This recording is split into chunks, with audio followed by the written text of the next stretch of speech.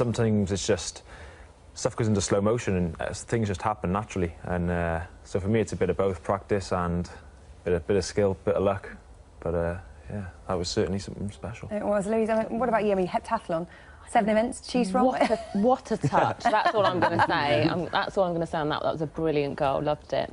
But yeah, obviously, you know, the heptathlon is very different. You know, you train for 7 different events. You split yourself across those disciplines, you know, very much equally.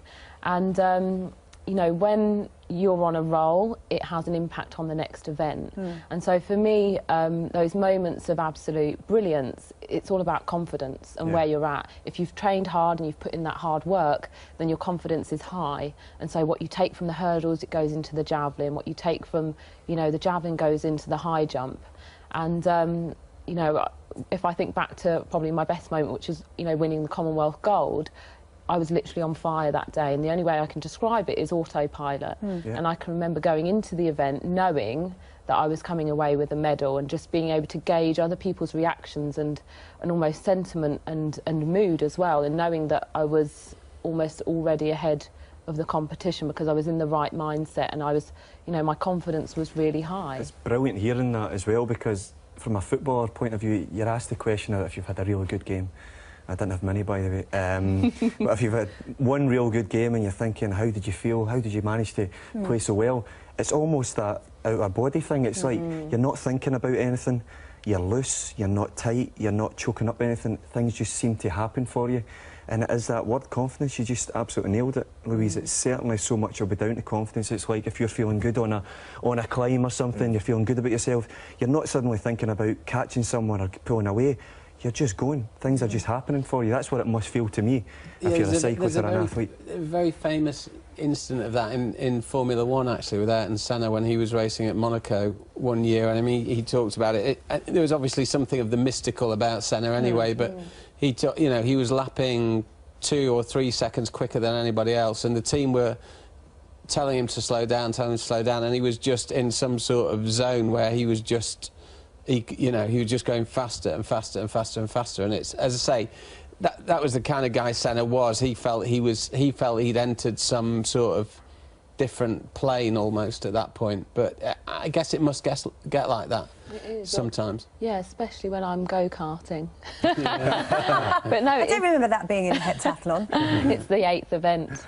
But it's that state of peak flow, and that's when everything comes together, and it's almost like just a weave or sewing all of those little intricate details, those things that you've been working on, those technical aspects, those mental preparations. It's when everything literally falls in line and it just feels effortless. And I can remember going into, you know, the Olympic Games last year and having a really rocky time. Some events were a bit up and a bit down, and it came to the javelin, and I just thought, you know, this is the time, this is the one event that's been going really well for me. And I can remember looking up, you know, into the far end of the stadium and just picking one spot and just absolutely smacking the javelin as hard as I could. And by the time it hit the ground, I was still screaming. It was a bit of a Steve Backley moment. You'd have been proud. But when I saw the javelin come over the line, over the 45-metre line, I'd never touched that kind of territory before. But the emotion and exhilaration that you're just filled with is just, it's unreal. It's almost untouchable. You feel like you're completely and utterly invincible. So, see, in the instance, going back to what we were discussing earlier on, Louise, about the man management and how that can affect performances in athletes and everyday life. Because of your discipline and going between events, and you're saying that you picked a spot and sometimes you go into a zone, does your coach get involved with you then?